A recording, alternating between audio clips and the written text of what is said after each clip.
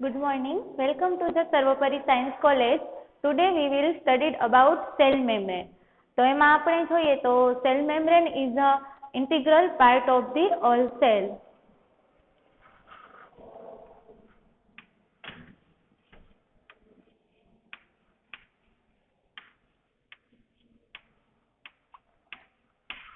Cell membrane. Membrane is an integral part of all cell. એમાં આપણે જોઈએ તો it is a 7.5 mm thick layer.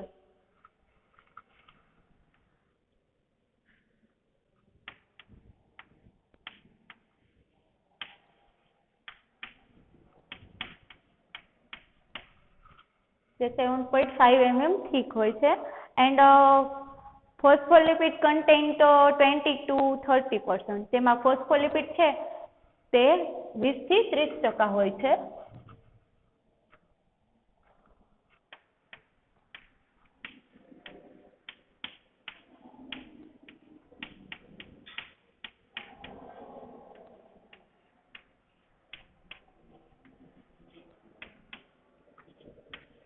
to 30%.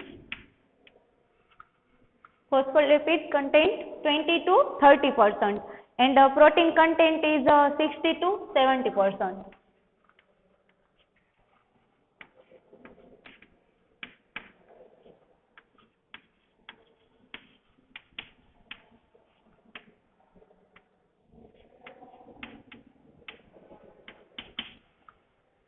Cell મેમ્બ્રેનમાં તેમનો લેયર છે તે 7.5 mm થીક હશે એન્ડ ફોસ્ફોલિપિડ કન્ટેન્ટ એમાં 20 to 30% હશે and protein content 60 to 70%.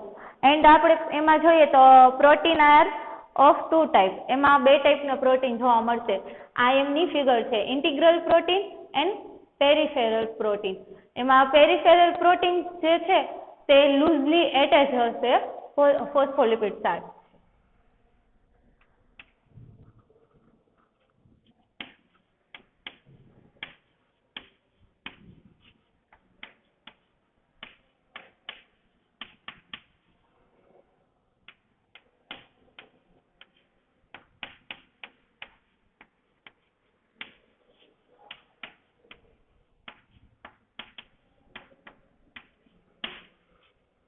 Integral protein which are held firmly in the bilayer of phospholipid and peripheral protein is loosely attached to the phospholipid.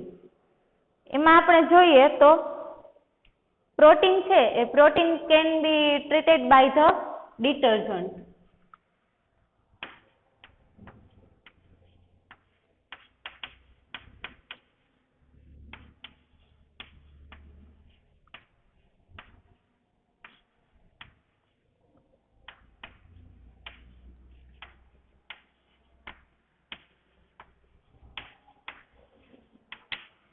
Protein છે તેમને detergent દ્વારા treated કરી શકાય છે.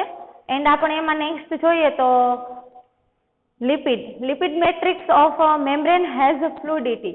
Lipid matrix છે તેમાં પ્રવાહિતા હોય છે અને એમાં આપણે જોઈએ તો લિપિડ મેટ્રિક્સ છે એ ડિપેન્ડેડ અપોન એમાં ફ્લુઇડિટી કેટલી છે તો એ ટેમ્પરેચર ઉપર આધાર રાખે અને saturated fatty acid and unsaturated fatty acid એમાં કેટલું છે એના ઉપર ડિપેન્ડ કરશે.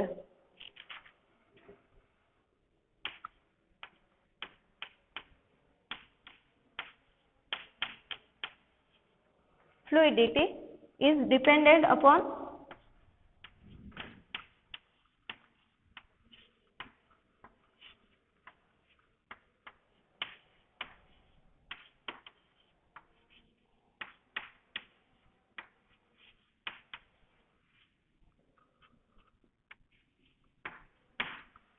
temperature and saturated fatty acid and unsaturated fatty acid is present into the phospholipid. The fluidity is depending upon the temperature and protein of unsaturated fatty acid and saturated fatty acid present in phospholipid. એમાં એની પ્રવાહિતા છે જે એ temperature ઉપર depend કરશે અને ફોસ્ફોલિપિડમાં કેટલું saturated fatty acid present છે અને unsaturated fatty acid કેટલું પ્રેઝન્ટ છે એમના ઉપર એ ડિપેન્ડ કરશે. એન્ડ આપણે આગળ જોઈએ તો આર્કિયોબેક્ટેરિયા અને યુ બેક્ટેરિયા. એમાં આપણે આગળ વાત કરી હતી કે આર્કિયોબેક્ટેરિયા છે એ મોસ્ટલી આપણને એક્સ્ટ્રીમ એન્વાયરમેન્ટમાં જોવા મળશે અને યુ બેક્ટેરિયા તો એવરીવેર જોવા મળશે ગમે ત્યાં.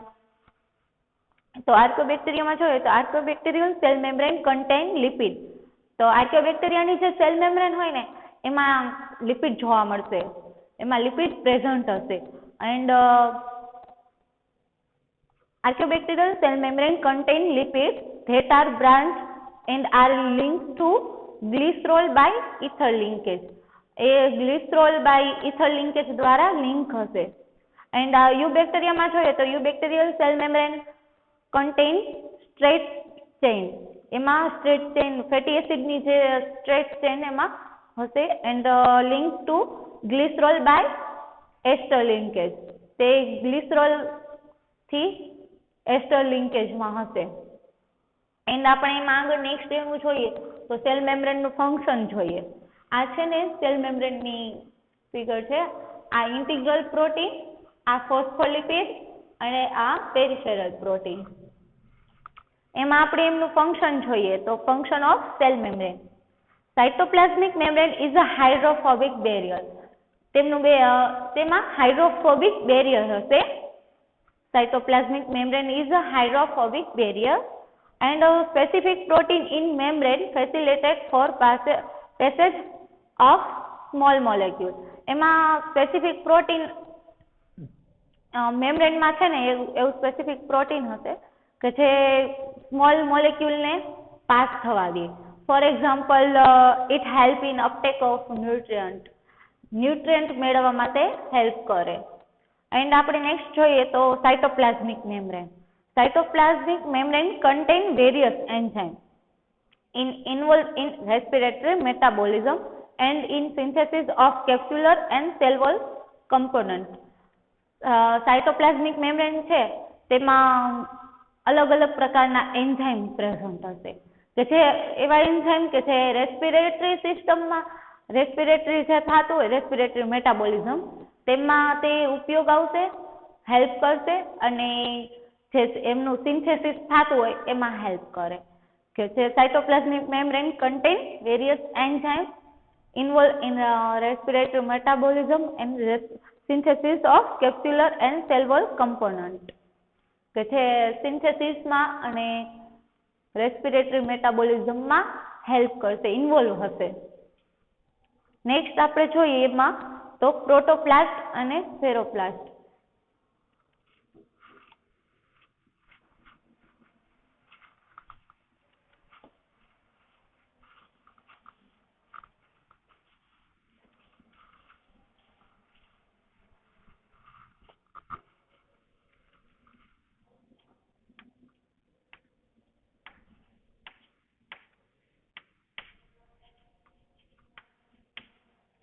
પ્રોટોપ્લાસ્ટમાં જોઈએ તો gram positive bacteria without cell wall.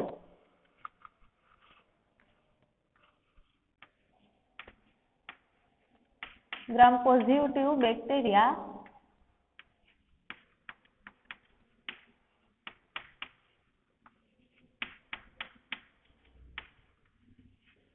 Without cell wall.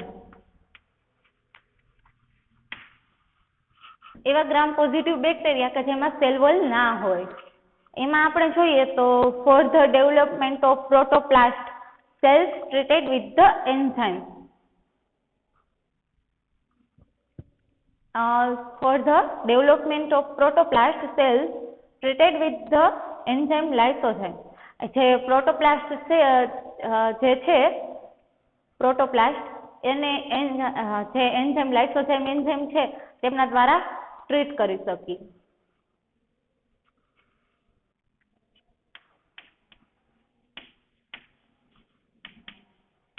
Treated with lysozyme enzyme.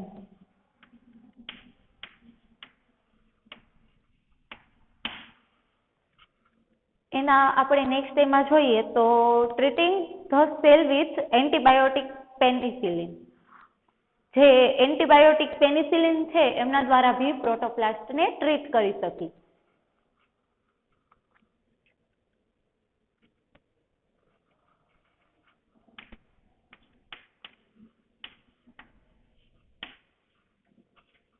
treated with antibiotic.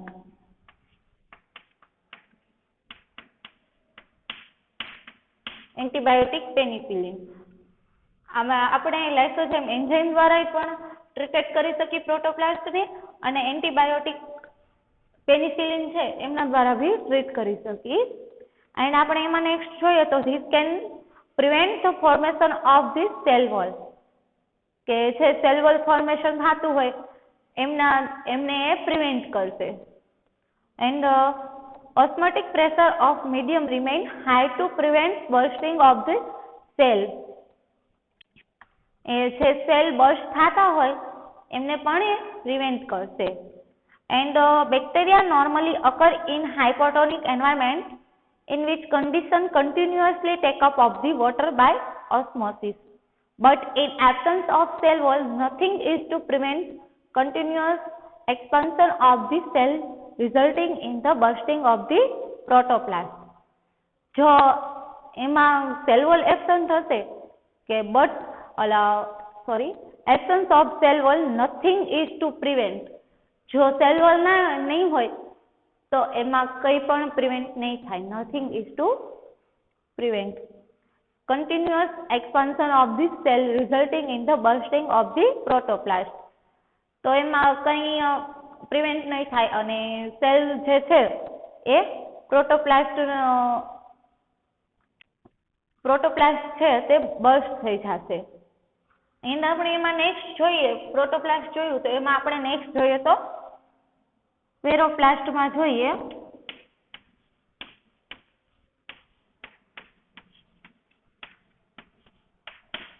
એમાં gram negative bacteria without cell wall, આ gram positive bacteria without cell wall, અને સ્ફેરોપ્લાસ્ટમાં જોઈએ તો gram negative bacteria without cell wall.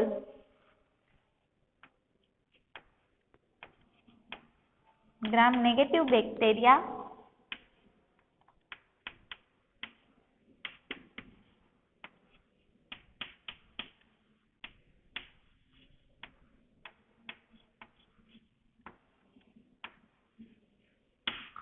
Gram negative bacteria without cell wall. અને એમનું જે ટ્રીટમેન્ટની જે પ્રોસિજર છે તે સેમ એઝ પ્રોટોપ્લાસ્ટ જેવી જ છે. The same kind of treatment is also applicable just like of protoplast. જે આમાં પ્રોટોપ્લાસ્ટમાં આપણે ટ્રીટમેન્ટ જોઈ સેમ એઝ આમાં સ્ફેરોપ્લાસ્ટમાં છે એ તો સેમ જ રહેશે. And because of the treated cell having two membranes, cytoplasmic membrane of protoplast and outer membrane of the cell wall is known as the spheroplast. એમાં આપણે જોઈએ તો બે મેમ્બ્રેન હશે. treated cells having two membrane, એમની પાસે બે membrane હશે, એક cytoplasmic membrane and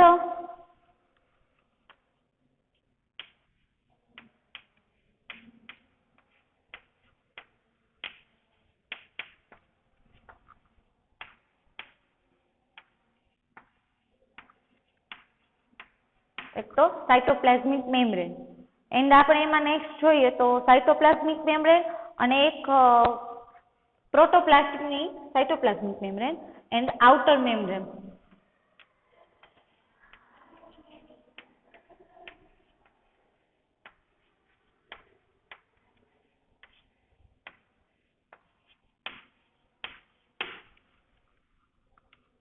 outer membrane of the cell wall, it is known as a spheroplast.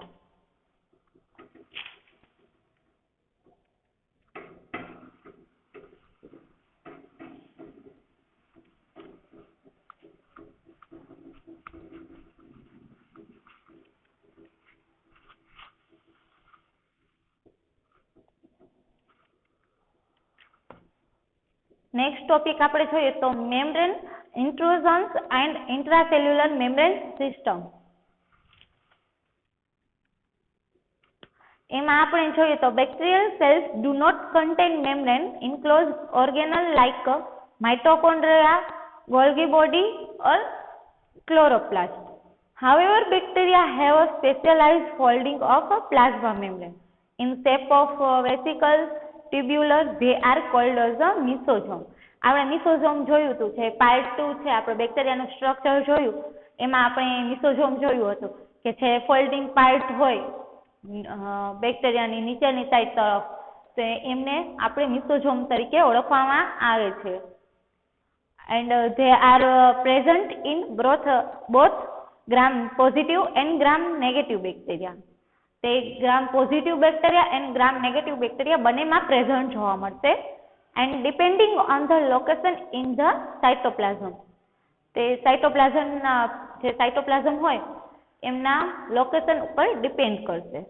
They are classified as two types, central mesosome and peripheral mesosome. મિસોઝોમને બે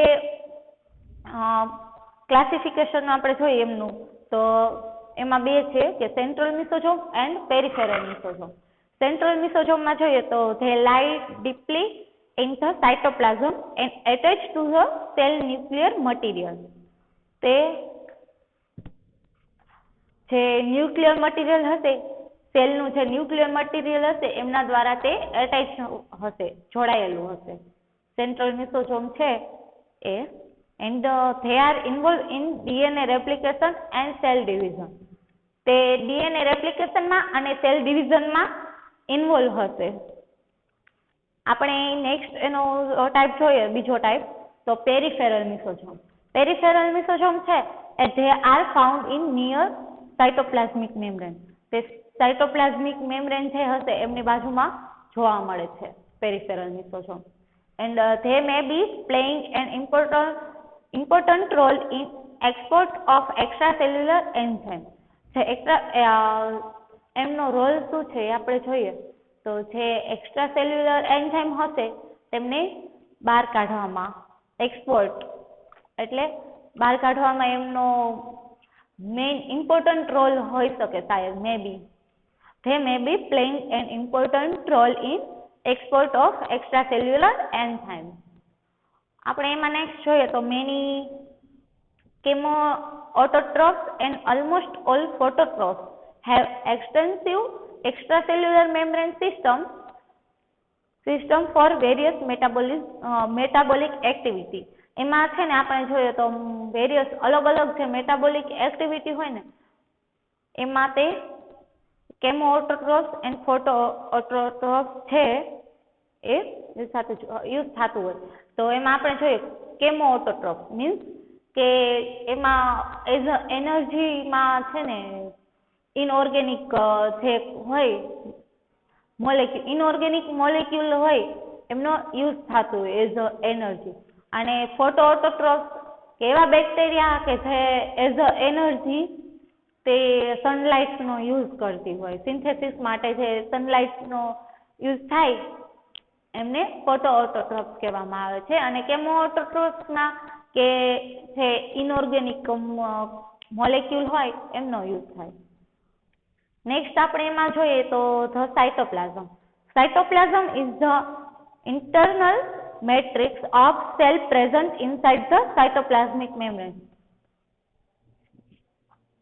cytoplasm છે તે internal matrix of the cell અને present inside the cytoplasmic membrane.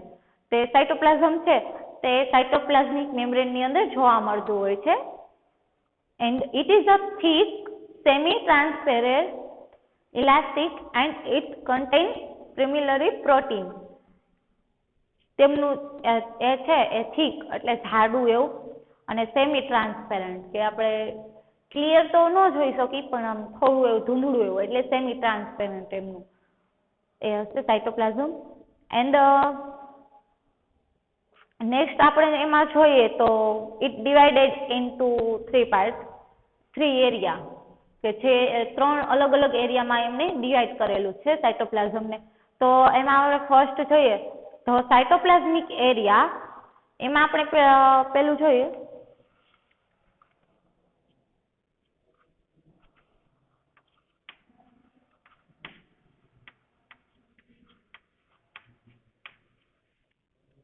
સાયટોપ્લાઝમમાં જોઈએ તો divided into 3 area.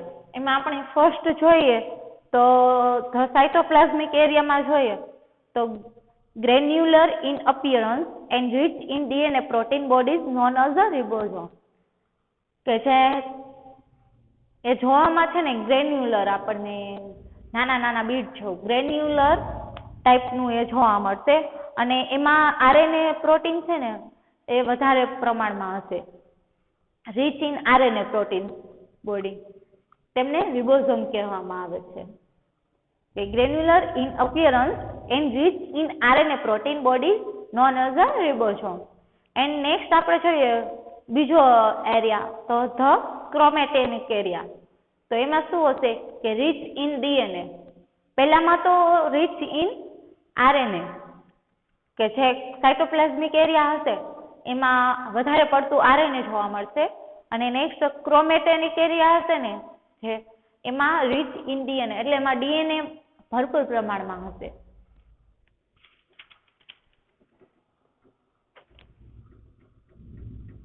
And ત્રીજું આપણે જોઈએ તો the fluid portion with dissolved substances unlike plant or animal cells. તે ફ્લુઇડ પોર્શનમાં આપણે જોઈએ તો dissolved substances unlike plant or animal cells. તેમાં dissolved substance જોવા મળશે unlike plant or animal cells. There is no endoplasmic reticulum to which ribosomes are bound. છે endoplasmic reticulum હશે ને એ રિબોઝોમ હારે બાઉન્ડ નહીં હોય, જોડાય એટલે એમની સાથે જોડાયેલું નહીં હોય. Some ribosomes are free in the cytoplasm. થોડા એવા રિબોઝોમ હશે ને, થોડા ઘણા રિબોઝોમ છે ને સાયટોપ્લાઝમની અંદર હરતા ફરતા એમ જ જોવા મળશે, ફ્રી હશે. And cytoplasm is the site of the cellular metabolism, DNA and protein synthesis. Cytoplasm is the site of the cellular metabolism. Cellular metabolism ની સાઇટ ઉપર તે સાયટોપ્લાઝમ જોવા મળશે. And the DNA and protein synthesis. તેમાં DNA અને પ્રોટીનનું synthesis થશે. Okay, thank you.